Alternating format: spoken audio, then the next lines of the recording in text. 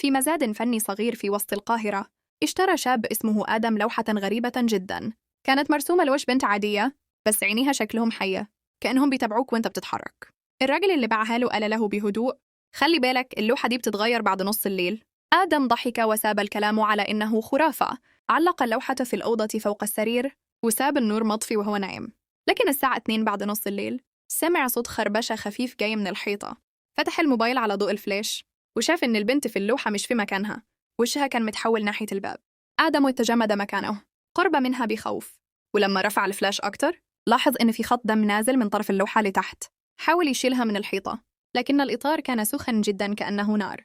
وسمع صوت بنت هامس بيقول من جوه اللوحة: أنا كنت بشوفك وانت نايم. جري بره الأوضة، بس كل لوحات الشقة، حتى اللي ما يعرفهاش، بقت فيها نفس الوش، نفس البنت. تاني يوم الجيران لقوا الشقة فاضية واللوحة مرسوم فيها وش تاني جديد: وش آدم.